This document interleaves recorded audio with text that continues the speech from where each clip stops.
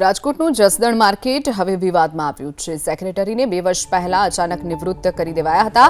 સેક્રેટરીએ RTI કરતા સમગ્ર મામલાની જાણ થઈ છે। સેક્રેટરી બળવંત ચોહલિયાએ યાર્ડના મેનેજર પર આરોપો લગાવ્યા છે। યાર્ડના ચેરમેન અરવિંદ તાગડિયાએ કિન્નાખોરી રાખી નિવૃત્ત કર્યાનો આરોપ લગાવ્યો છે। નિયમ મુજબ 58 વર્ષે નિવૃત્ત કરી શકાય। સેક્રેટરીએ ગાંધીનગર નિયામક કચેરીમાં આ અંગે રજૂઆત કરી છે।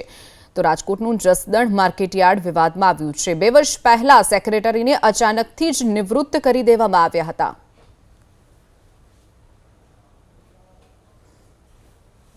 ઠરાવ નંબર 4/15/23 ના રોજ પાસ કર્યો અને તેમાં એવું કહેવામાં આવ્યું કે ભાઈ આવો નિયમ એપીએમસી માં છે, પણ ખરેખર એ નિયમ જરૂર છે, પણ એ નિયમ 1986 માં મંજૂર થયેલો અને ત્યાર પછીનો જે સુધારો થયેલો છે એ 1989 માં થયેલો અને તેમાં એવો જોગવાઈ છે કે એ નિયમ મુજબ 58 વર્ષે રિટાયર કરવાની જોગવાઈ છે અને નિયામક શ્રેણીના પરિપત્રના આધારે આ બધા નિયમો બનતા હોય।